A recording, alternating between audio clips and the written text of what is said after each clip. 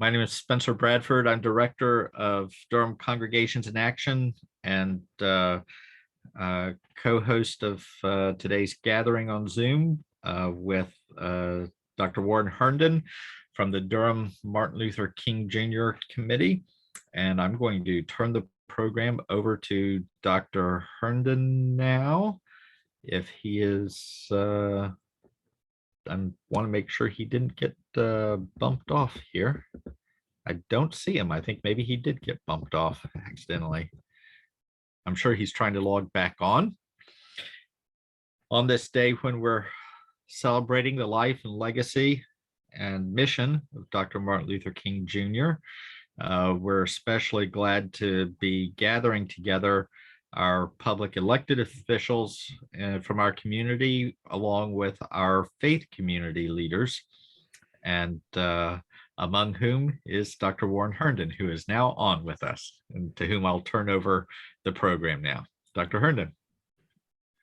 Thank you very much, Spencer, and all who is participating on this great day, even though we are being challenged with weather. So on behalf of the Planning Committee, we'd like to thank you to our noonday service as we celebrate the life and legacy of Dr. King. We will now have a greeting by Pastor Mindy Douglas, First Presbyterian Church, and then we'll be followed by a welcome and greeting from the president of our DCIA board, followed by a national greeting from U.S. Congressman David Price. Thank you, Dr. Herndon. Good afternoon, friends and neighbors in Durham, elected officials, faith leaders. Thank you very much, Dr. Herndon and the MLK Planning Committee for inviting me to bring greetings on this MLK Day. My name is Mindy Douglas, and I'm the pastor at First Presbyterian Church in downtown Durham, and I bring greetings to you from our congregation, as well as on behalf of the 8 other Presbyterian churches in Durham: Covenant, Iglesia Emmanuel, Trinity Avenue, Blacknall, Westminster, Farm Church, Mount Bethel, and Durham Presbyterian. I want to start by sharing concern and care for our Jewish neighbors here in Durham and around the nation who have keenly felt the trauma of the weekend hostage taking at Beth Israel Synagogue near Dallas. And just to think and to remember that we're not the beloved community when any of our human siblings are under attack and live in fear. And so we stand together across any difference. It is an honor to be here today to stand together because we are all working for justice and equity and to build beloved community here and beyond.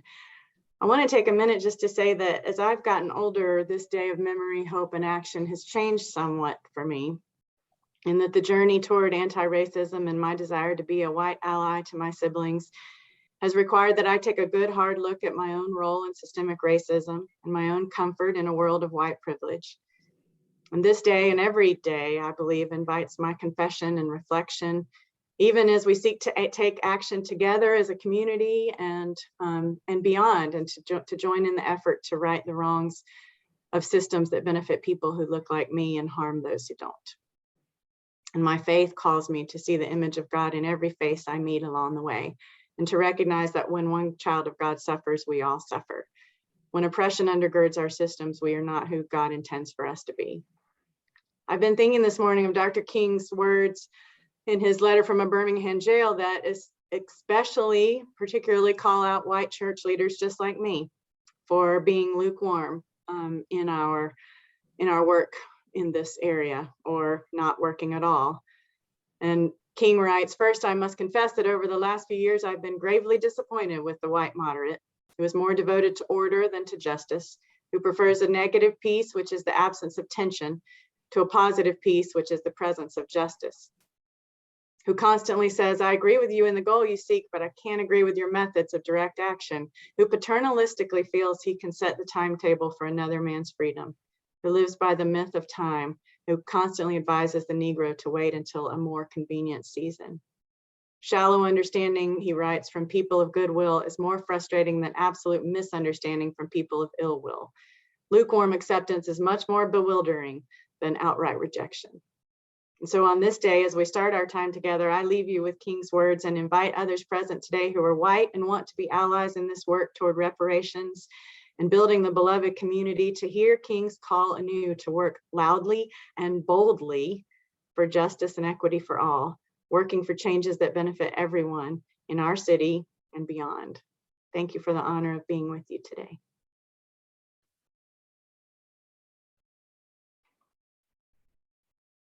Thank you very much, Pastor.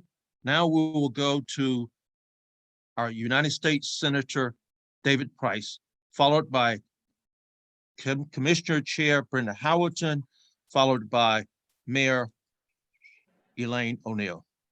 Congressman Price. Thank you very much, Reverend Herndon, and welcome to all of you. Welcome to the 2022 noon MLK rally in Durham.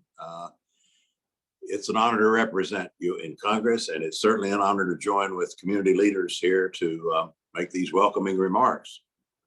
I want to thank Warren Herndon, who's done this year after year, Spencer Bradford, others who have put this program together under these unusual circumstances today. We're in your debt for enabling us all to come together. Let me ask you what your mood is, what your frame of mind is as we gather for this year's observance. I know I feel a certain tension, a conflict between reassurance and anxiety. There is a familiarity about this event. We do it year after year. We count on it. We experience solidarity with others in the community who want to make things better. But we also are unsettled. And I appreciate our pastor just now calling attention to the synagogue hostage-taking episode that we've just thankfully lived through without the hostages being harmed, but still a reminder of anti-Semitism and hate and violence that lurk in our society continually. So we're unsettled. We feel so much is going on in our community and our state and our world that demand our attention.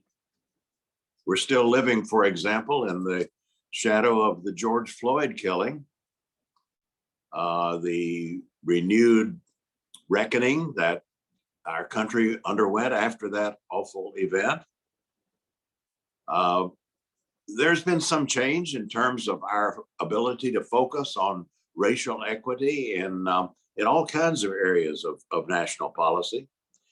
The impact of racial discrimination, centuries-long patterns of racism permeate transportation policy, for example, housing policy, the two areas that I preside over as an appropriations chairman in Washington. And we have been able to trace racial equity themes through many aspects of transportation and housing policy. There's an explicit provision, for example, in the infrastructure bill that Congress just passed to rectify past policies, such as highway projects that bisected historical Black communities, like the Hayti community in Durham. But as all of you know, progress has stalled in many other areas. It's stalled, for example, on the law enforcement reform legislation most directly related to the George Floyd incident. And at this moment, it's stalling on voting rights and election reform. There's a special urgency about this as we face racial gerrymandering, as we face voter suppression in North Carolina and across the country. And now we're even facing efforts to empower state legislatures to overturn legitimate election results, accepting the big lie about 2020 and maybe ensuring that next time efforts to overturn the election to stop the peaceful transfer of power could succeed. We find that incredible in our country, but nonetheless, there are powerful forces pushing in the direction. We must ensure the right to vote and the right to have that vote counted. So what's the obstacle right now? Well, 50 Republican senators who won't budge on this, and a filibuster that makes it makes it necessary for us to have all 50 of our Democratic senators. We need to create a path around that filibuster. As far as I'm concerned, we can abolish the filibuster entirely and enact that John Lewis Voting Rights Act and other reform legislation. We also have to confront the smokescreen that's being used around the country, and this was central to the governor's race just concluded in Virginia. A smokescreen that obscures our vision of past and present injustices, that is the specter people are raising of so-called critical race theory. What it amounts to is a demand that American history be taught only in heroic and whitewashed terms. I was reading recently of a Tennessee county where conservative activists are using the ban on critical race theory to demand the removal of books from school shelves, books about Martin Luther King, books about Ruby Bridges, who as a child desegregated New Orleans elementary schools. Well, we would do well in confronting this to reflect on what a minister I knew and admired once said about patriotism. What about patriotism? What kind of patriotism do we need? There are two kinds of patriotism our country doesn't need, he said. One is what the critical race theory people are demanding, a kind of uncritical love of your country. You also don't need loveless criticism of your country. What our country needs and what we've always depended on is the kind of patriotism that loves our country, but expresses that love through determination to mend our country's flaws. That requires that we read and teach our history honestly, and it requires that we use our politics, understand how we can use our politics to right ancient wrongs and to chart a just and inclusive path forward. May we be that kind of patriots on Martin Luther King Day. May we dedicate ourselves to the never-ending quest for an inclusive and just society. Thank you. And thank you, Congressman Price. Let us go back to, and I apologize, our DCIA president, President Donna Banks, followed by our chairwoman, Linda Howard, followed by Mayor Elaine O'Neill. President Banks. Good morning. I greet you on behalf of Durham Congregation in Action. My name is Donna Banks, and I serve as the pastor of McMahon United Methodist Church and the newly elected board chair as of last week of DCIA. I bring you greetings from our 50-member faith communities. As we come to this 2022 celebration of Martin Luther King, I realize that the world has become obsessed with dividing people by race, political party, culture, and status. And it always is some version of us against them, when in reality, it is a collective we. Another observation is that the common good is under siege by human impulses of ego, competitiveness, and exploitation. We forget that our faith communities are diverse human beings coming together to submit to one God and to build something better, which values the soul, cultivating the need of others for the redemption of the whole person and the whole earth. Dr. King's beloved community is a global vision in which all people can share in the wealth of the earth. And in the beloved community, poverty, hunger, and homelessness will not be tolerated because international standards of human decency will not allow it. Racism and all forms of discrimination, bigotry, and prejudice will be replaced with an all-inclusive spirit of sisterhood and brotherhood, especially in light of the attacks on Saturday of the synagogue in California, because love and trust will triumph over fear and hatred. Peace with justice will prevail over war and military conflict. I found a new quote from Dr. King that I recently heard that I'd never heard before. As you know, we throw around his quotes like candy at a Mardi Gras parade during this time of the year. He said it this way: our goal is to create the beloved community, and this will require a change, an inner change in the quality of our soul, as well as an outer change in the quality of our compassion. I'm going to say that again. Our goal is to create the beloved community, and this will require an inner change in the quality of our soul, as well as an outer change to the quality of our compassion. DCIA has a statement in its affirmation that DCIA seeks to educate, engage, and empower people of faith to create a community of justice and peace. And to that end, DCIA has included a strategy of building the beloved community. And it goes like this: we're to bring Durham together through relationships, trust, and action. We come from diverse backgrounds and experiences and have many talents and gifts. We believe that dialogue about race can help us come together in relationships that can nurture authentic unity for a changed future. And we hope to develop trust across barriers that now separate us.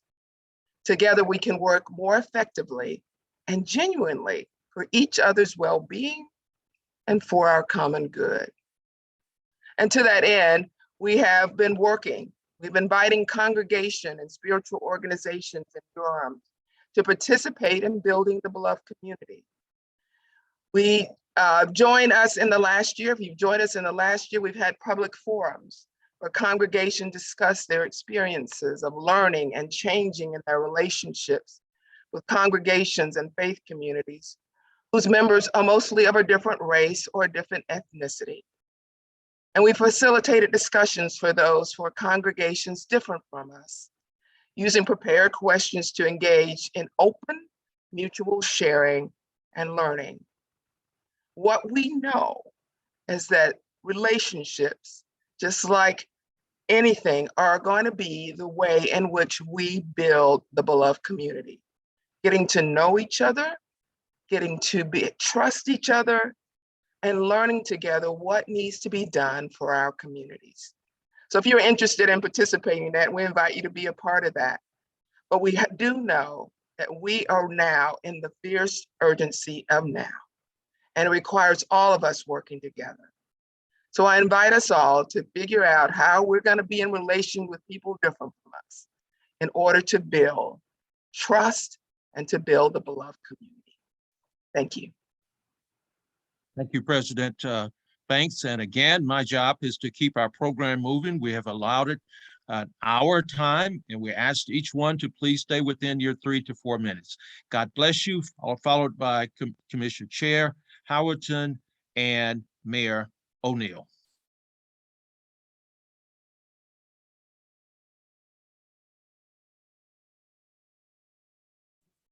Okay, hello everyone, and I have no problem allowing my mayor to go first.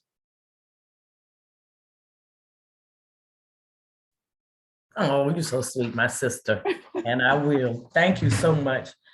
Good afternoon. I am Elaine O'Neill, your fairly new mayor of the city of Durham, North Carolina, and I bring you greetings on behalf of our city council and all of our residents here in Durham. I too would like to offer my heartfelt sympathy and anguish for the events over the weekend to our brothers and sisters in the Jewish community.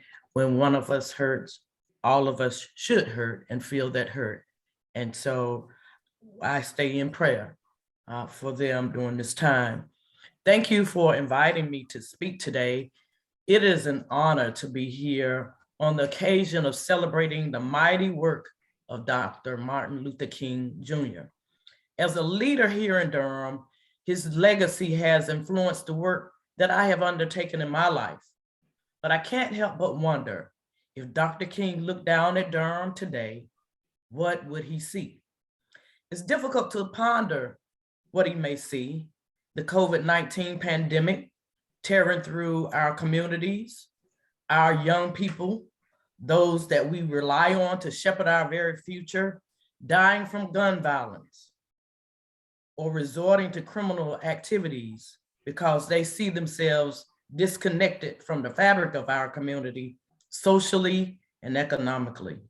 He's seen longtime residents being pushed out of their homes due to rising taxes, and many in our community struggling to find affordable and safe housing options. He'd see a city with two groups: those that have and those that have not. As evidenced by Dr. King's repeated visits to our community, Durham was on the forefront of leadership in the civil rights movement. I think it is safe to say that Dr. King valued Durham's Black leadership. Dr. King would certainly look down and see many things that disturb him, but I also know that he will be greatly encouraged that the same spirit of leadership that persevered during the civil rights movement still exists in our community today and is committed to advancing equity throughout its corners. As I've said throughout my campaign and as a mayor, this city must take care of all of its residents, not just the upper and middle classes or those that pay taxes, but all of its residents. That includes those living on the fringes of our city who have felt largely left out of the prosperity and development that we see engulfing this city. No one should be left behind. From public safety to employment to affordable housing, families are looking for answers and relief. Together, we can develop community-informed solutions. Within us, we already possess all that we need, and we can do just that. It will take all of us. In the words and legacy of Dr. King, our lives begin to end the day we become silent about things that matter. Let us all commit to use our collective voice and strength as a community to champion the things that matter and make Durham a beacon for hope, love, and prosperity for all. Happy Dr. Martin Luther King Jr. Day. Let's be out about the work. Okay, my sister. So all that she said, good afternoon, everyone, on MLK Day. And I too have a heavy heart today. You know, when you hear a child ask the question, why do people hate me because of my color? What would Martin Luther King say? How would he answer that question?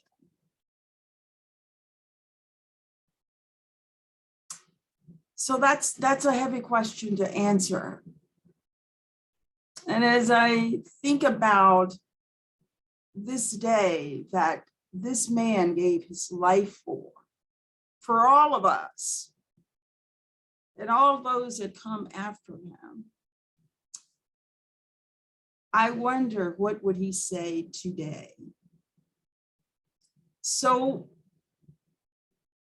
this day is always, it's a catch-22 for me, because it is the day that my son was murdered. As a Hampton student, that he was killed on this day, celebrating Martin Luther King's birthday. So, and I think about all the other mothers this day that grieve because of their children, because someone felt the need to take their lives. And then I ask, what are we doing? What are the things that we do to show those folks that we love? Are we showing them love? Do we show that we care? Do we wrap our arms around the people in this community that are suffering?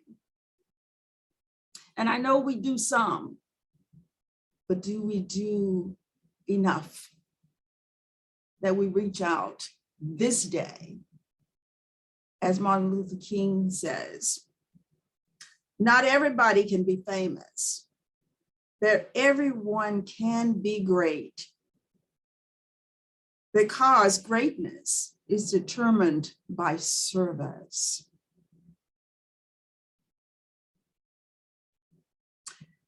And on this day, service is generated by love. You know, Durham can be that kind of community. And when we fight one another because of race, because of economics, we are not honoring this man that gave his life for us. So on this day, I ask, are we being determined by service? Are we showing the love for one another that Martin Luther King would be proud of us? Thank you for allowing me to speak. Thank you, Ms. Mayor, and thank you, Ms. Chair. Now we're ready to go to our statewide elected official. Started with Senator Mike Woodard, followed by Senator Natalie Murdock. Good afternoon. I'm State Senator Mike Woodard. I wish I was with all of you today as we marched down the streets of Durham celebrating the life and legacy of Dr. Martin Luther King. But because of the pandemic and today's weather, and thanks to technology, we are together today virtually to celebrate this important national holiday.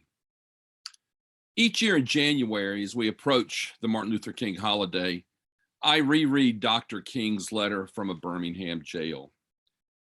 And each time I read this compelling, beautifully written and challenging foundational document of American history, I find something new, something that touches me in a different way than it has before, something that urges me to do more and work harder to achieve a beloved community and a just society.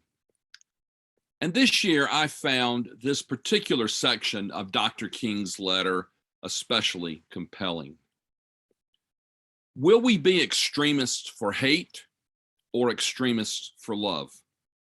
Will we be extremists for the preservation of injustice, or will we be extremists in the cause of justice? As we gather at this unique, in the truest sense of that word, and critical juncture in our history, let us be the extremists Dr. King is calling us to be. Let us root out the hate and injustice that have been so prevalent in our country the past few years. And let us unite across the dividing lines of race, gender, class, and circumstance to bring about love and justice and the beloved community. I wish you a happy King Day.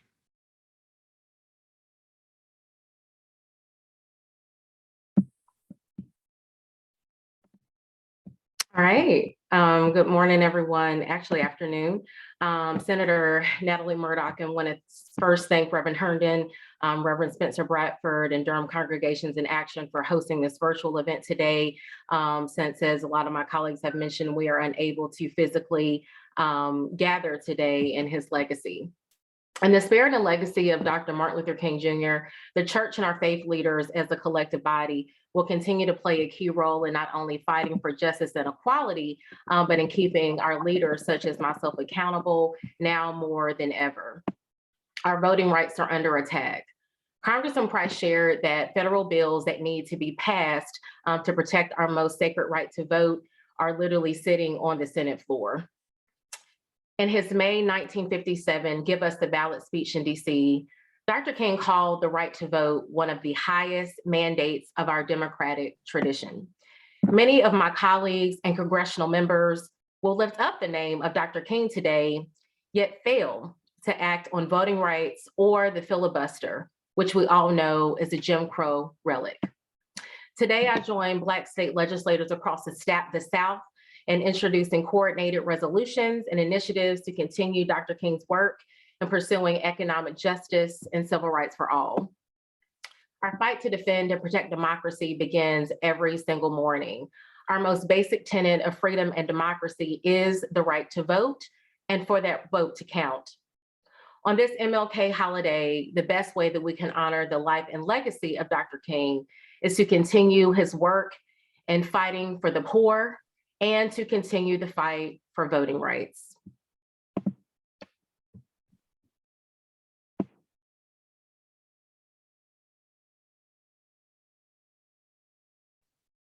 Thank you, Senator Murdoch. And now we'll be going to, we have House members that are on this morning.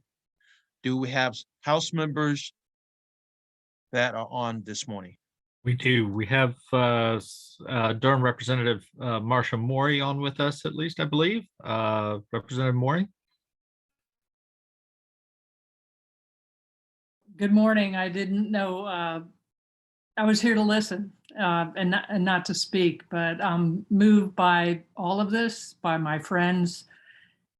You know, and I just come down to two words, understanding and kindness. And whatever walk of life we have, whether it be on the bench as a judge, as several of you are or have been, a legislator trying to do justice in our laws, in our community, in our churches, in our workplace, we just need more understanding, more time to listen, and more time to care. We have a lot of challenges ahead of us, but let it be rooted in giving everyone a voice. So it's a real pleasure and honor to be here to listen and to be a part of this community. So I send my love. Thank you. Is there another House member that's on this morning?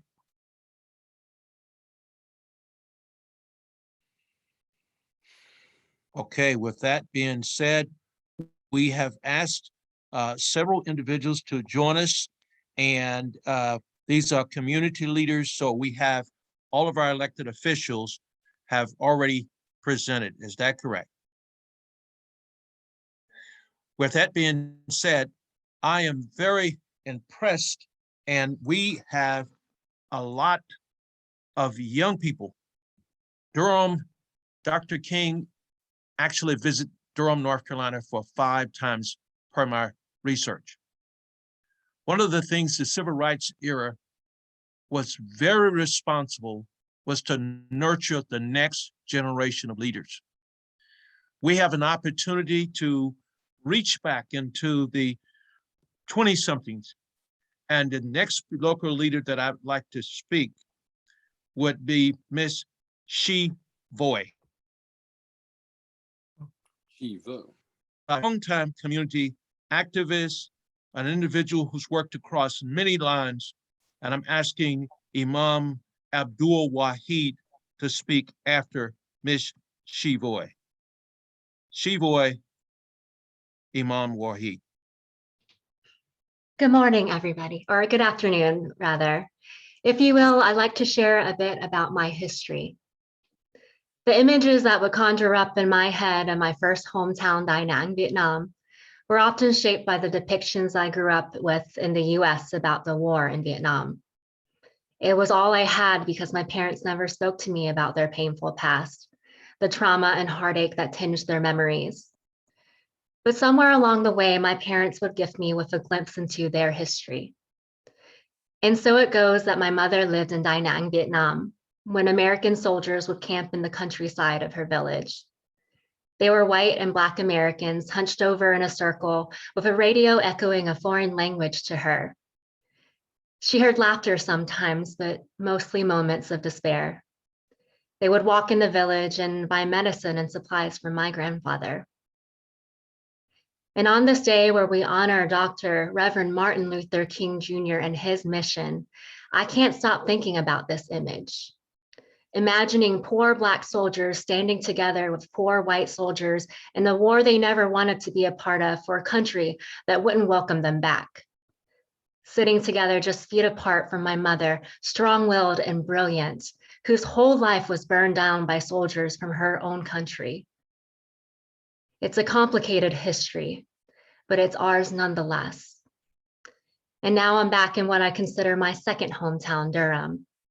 And as a young Durham resident, I too hunched over a circle with my friends at Northgate Mall, gathering our quarters together to ride the carousel. You see, we are all connected. And we are the stories of our parents and grandparents. We are the stories that we tell today, and we are the stories that tomorrow will bear. And yes, we are beautiful contradictions. Our Durham is a city filled with resilience, generosity, and abundance. And the story of Durham is rich and a powerful one. But that does not mean we are not prone to human trials and tribulations, emptiness and bitterness. As Dr. King says, the bud of freedom is not yet a flower, and still today that is true. I know and feel the pain of our community as the pandemic continues to stretch our minds, as the violence continues to tear our hearts and the continuing struggles of human dignity in our nation cuts our souls. And we can not only remember Dr. King on this day, or we cheapen his legacy. We can not only know justice today, and we can not only remember today. Dr. King gives us a vision of beloved community on the horizon. And our beloved community must always strive to be loving and powerful. In his 1967 speech, Dr. King says that power understood is nothing but the ability to achieve purpose. It is the strength required to bring about social, political, and economic change. And there's nothing wrong with power if power is used correctly. And one of the great problems of history is that the concepts of love and power have usually been contrasted as opposites, polar opposites, so that love is identified with the resignation of power and power with the denial of love. What is needed is a realization that power without love is reckless and abusive, and that love without power is sentimental and anemic. Power at its best is love implementing the demands of justice, and justice at its best is love correcting everything that stands against love. So we are now called to continue Martin Luther King Jr.'s legacy, to create and foster our beloved community, one that shares in that love and power together, one that comes only through the hardness and persistence of life. And Durham will demand justice for our people and correct everything that stands against love. We can all be bearers of that truth, and we can all envision it for ourselves and for our beloved. I think we start this work by telling stories and sharing our history together, and by remembering and even reckoning the truths of our past. From fighting again for voting rights, ending mass incarceration and state-sanctioned violence, uplifting economic prosperity and reparations, and dismantling those who create darkness.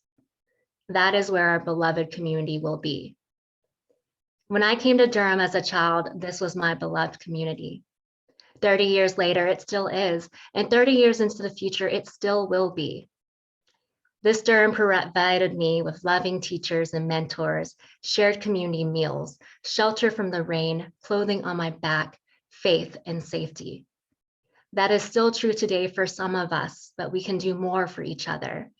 We can push out the darkness and bring in the light, and we can create a community here where everyone is cared for. Dr. Martin Luther King Jr. has shown us that we can, and our stories together can open up the doors to love and power. And I thank you all for allowing me to share a part of my story. And may the spirit of Martin Luther King Jr. be with you as we imagine and create our beloved community together. Thank you, Imam Wahid.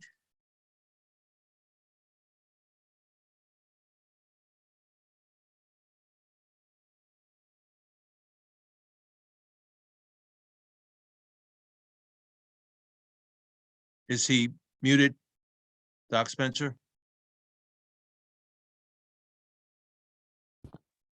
He is, he's coming on here. Yes, There he good is. afternoon. Yes, Good sir, we can afternoon. hear Good you. afternoon, Mom. Good afternoon to everyone. I would just like to say a short prayer. Our Lord, pour out on us continuously patience and constancy. Make our steps firm and help us in this work. Our Lord, never let our hearts deviate after you've guided us. Grant us mercy from your presence, for you're the granter of bounty without measure. And our Lord, help us against any that stand in the way of truth and justice. Amen. Amen, and thank you, Imam Wahid.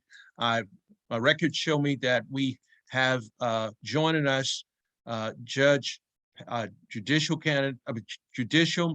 leader, Judge Pat Evan, and we have Sheriff Burkhead. Has he joined us at this time? Then Judge Pat Evans, welcome. Right. Good morning, everyone, brothers and sisters. It's so good to be up here and to just be uplifted by what I've heard already. I didn't expect to speak, but I will say this because Dr. Herndon knows it's always dangerous to ever give me a platform because I do love to talk. But one thing Dr. Martin Luther King taught us is we may have all come over here on different ships, but we're in the same boat now. So right now, all of us are struggling. It's good to see brothers and sisters come together, but it's not enough just one day. It's not enough just 1 month. It's not enough just 1 year. We have to get this thing together, and we have to do it quick, fast, and in a hurry. My passion and my precious sister, Brenda Hamilton, my heart grieves for you and for all mothers and fathers and aunts and uncles. As Mayor O'Neill and Commissioner Howerton and a few more of us, we are so committed to just stopping all of these killings in Durham. It's such a hard burden for all of us because we are mothers, we are grandmothers.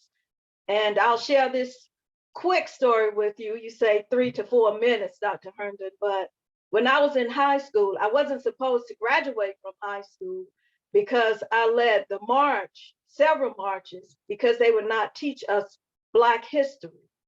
So how is it in 2022 that we'll even have a discussion about critical race theory? Shame on America. Shame on its leaders. Shame on those who would not speak up and say no to what is right, what is just, what is pure, what is true. So time out for anything except action right now. I really appreciate the opportunity to speak to you all. Anything I can do to serve, I'm always available. And I love all of you. Thank you so much.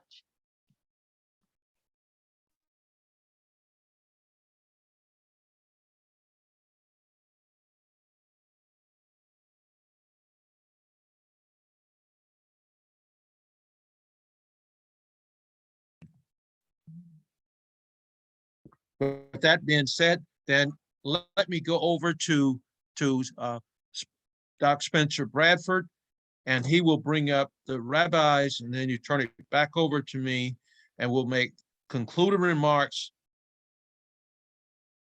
Doc Spencer. Thank you, Dr. Herndon. We will also be coming back to Ms. Sharon Williams with the City of Durham's Racial Equity and Inclusion Office shortly, but we wanted to also thank our congregational leaders from across Durham Congregations in Action. We have represented with us today leadership of ministers like Reverend Annette Love, Reverend Deborah Kayer, Reverend Doris Ann Cooper, Dr. William Turner. And we wanted to also welcome and invite both of the rabbis leading at Durham synagogues, Rabbi Daniel Graber from Bethel Synagogue and Rabbi Matt Soffer from Judea Reform Synagogue to be with us and share their burdens and their perspective on the call of Dr. King this weekend. Rabbi Graber, would you like to start? Thank you. Thanks, Spencer, and thanks to everybody here. It is good to be together in fellowship with you and to celebrate Dr. King's legacy and to recommit ourselves to that important legacy. I appreciate the remarks that were made.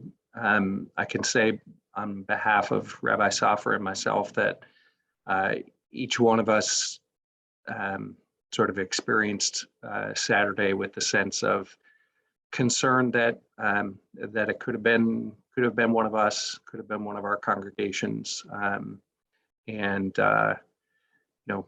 we are grateful that everything turned out the way that it did, but know that unfortunately anti-Semitism is alive and well and needs to be something that is re-educated in every generation so that ignorance doesn't take the place of knowledge.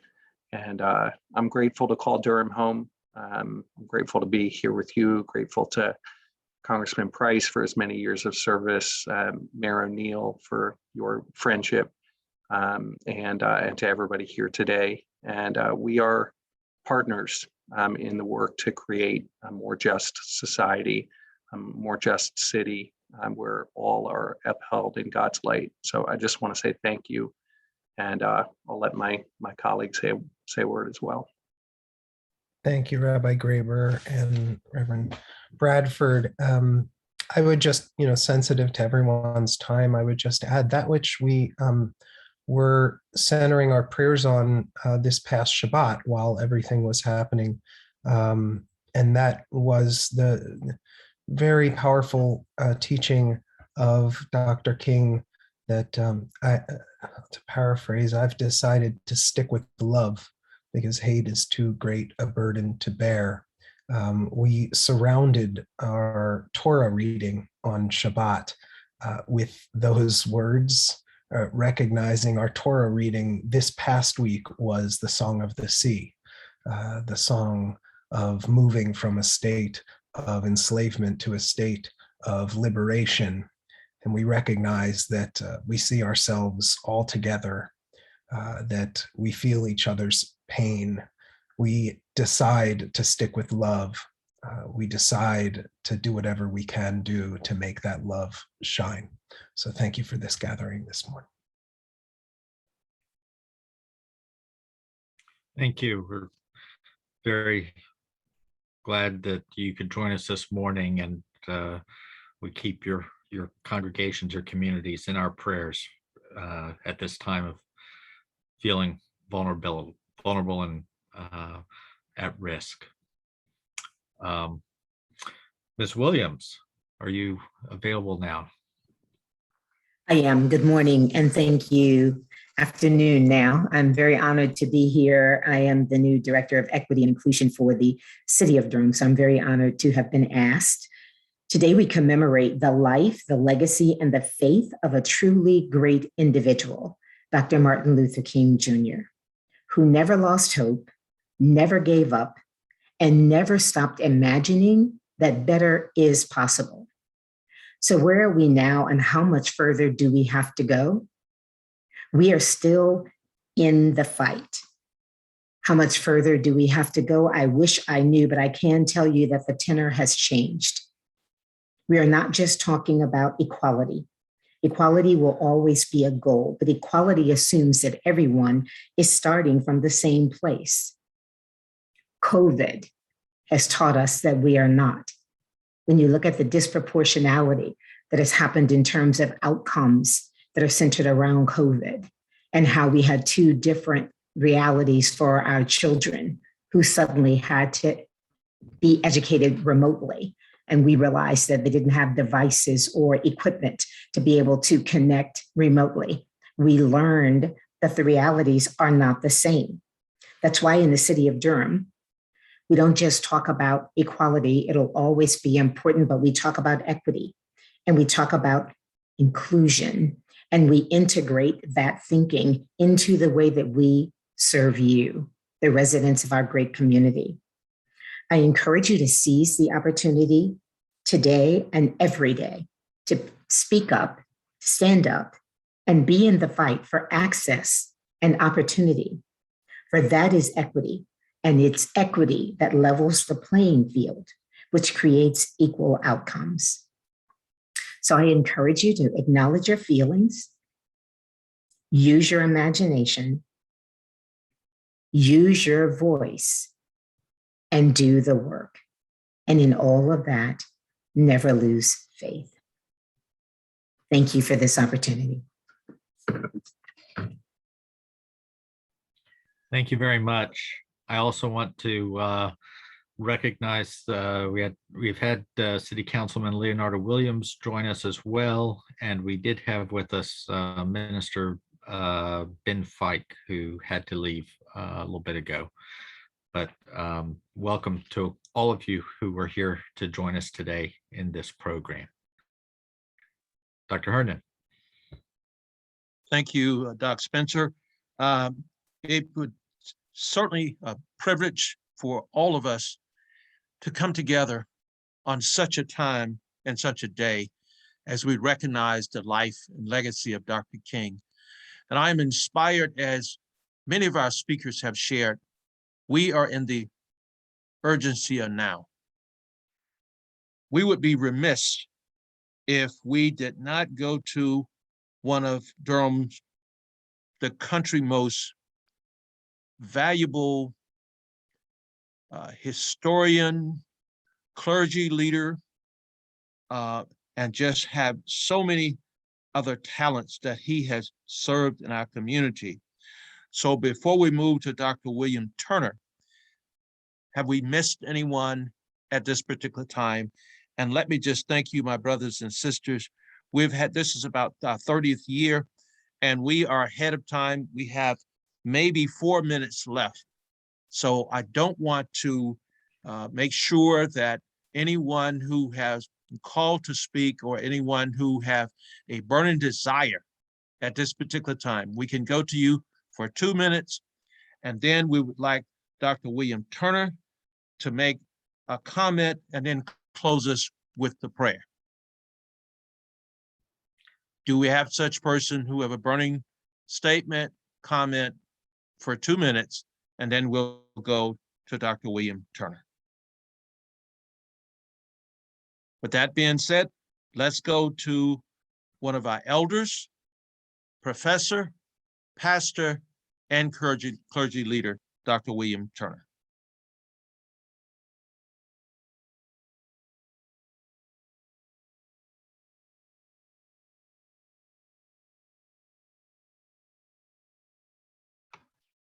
Dr. Herndon, can you hear me? Yes, sir. Brother William Turner. I meant Dr. William Turner. Yes, because that's what I didn't know. Okay. No problem. But since you're here, Brother Kojo, take 2 minutes and then we'll go to Dr. William Turner. Go ahead, brother. Yeah, listen, I just want to tell everyone, listen, I'm honored to be here, to be in witness to this program today, honoring Dr. Martin Luther King. I'm a part of the Rites of Passage program here in Durham, and it's part of it's under the Durham Business and Professional Chain. Some of the people here I know, and I just want to say this one more time. I only saw my picture up there, Dr. Herndon, and everyone, and I said, wow, I got to let y'all know. Thanks for that title. I take that honorary doctorate degree. But anyway, there's a solution to our community needs and what our nation needs. And it's need for us to have the faith, be volunteers, to commit ourselves to our youth. They are the answer, and we are the answer. This is a pivotal year. I'm not going to take up too much time. And we need to do community service, and that entails many, many things. But one thing we need to do is knock on doors and get people to go out and vote and educate them to vote. We are a nonprofit, so we can't take any sides, but we can encourage people to be good citizens and believe in our future, and especially our young people. So on behalf of the Rites of Passage program, it's a mentoring program of volunteers, and many of y'all have participated. Our mayor sitting here, Dr.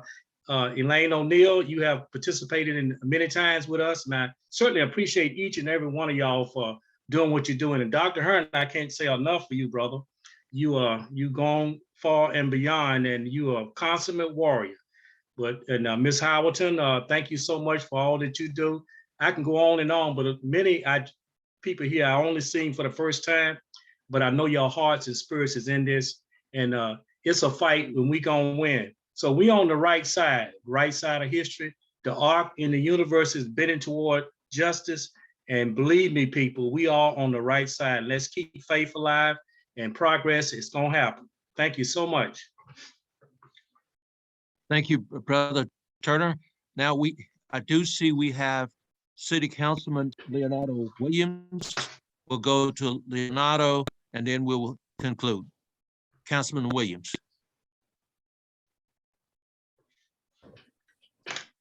Good day, everybody. Thank you for the opportunity to share a few words. And I don't have many. I rather invest that in action. Many of us, especially our people, we don't have the luxury to sit back and not worry. And I think that's a benefit to us. We don't have the luxury to, well, let me put it this way. We have an opportunity to invest in how we spend our energy and resources. And we need to spend that in taking action each and every day. I think it was just stated that we need to knock on doors, not only get folks out to vote, but get folks to engage. Dr. King, my frat brother, an alpha man, was about action. And I think that, while we, continue to commemorate his memory and his day and time, we all need to be creating our King legacy, and we need to be participating in kingdom building. That's where I'd like to invest our energy, and there's a lot of racism and hate that we're up against. But I bask in the luxury of not enjoying those things. As a matter of fact, we need to be just as ferocious. We need to be just as ferocious as, being anti-racist and anti-hate, and no longer just, being on defense and fighting the rules that are set. We need to set the rules that are inclusive of us, so be just as ferocious as people who don't want you to vote. We need to be just as aggressive as voting. People who are racist, we need to be just as inclusive and caring and loving. And people who hate, we need to love even harder. So I thank you for this time. I thank you for being a part and having me on today. But that's what we need to do. We can talk in these events and do our part to commemorate these legacies, these memories, but we have 364 days in the year where we can do more than talk, and I want to make sure we have this combo effect. So thank you all so much. Thank you for doing what you do. Thank you.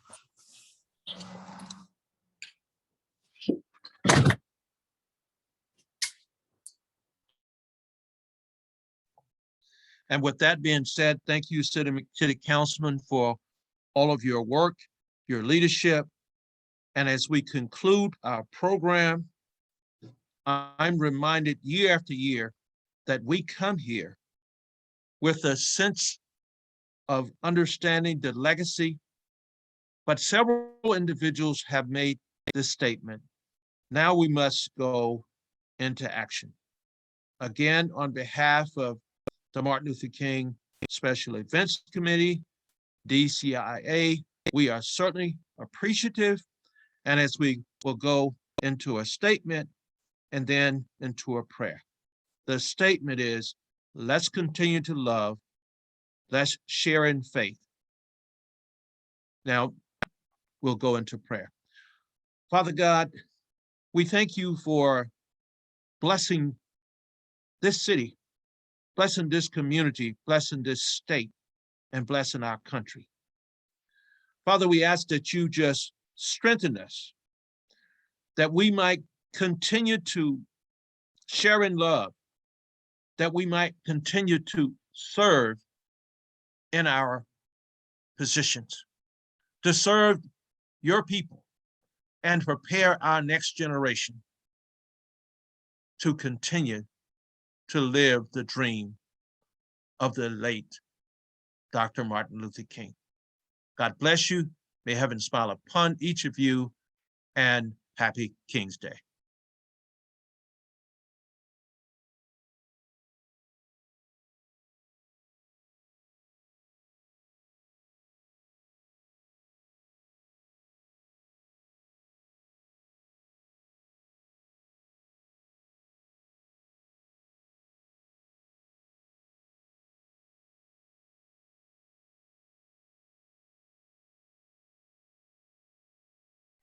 Thank you, everyone. Glad you joined us today.